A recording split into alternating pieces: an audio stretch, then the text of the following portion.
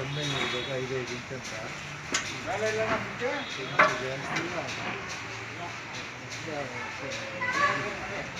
ಇರ್ತದೆ. ಈಗ ಬಂದು ಸ್ವಲ್ಪ ಹೈಟ್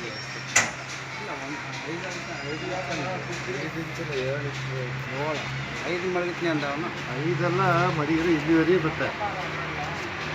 ಇಲ್ಲಿ ಒಳಗಡೆ ಯಾವಾಗ ಬರೋದ್ರೆ ಬೇರಾಗಿರಲ್ಲ. ಗಲಿ ಕಟ್ಟ ಇರುತ್ತೆ. ಒಂದು ಬಂಡಿಯ ತಳಿ ನೋಡಿ ಇಲ್ಲಿ ನಿಲ್ಸೋದಾಗ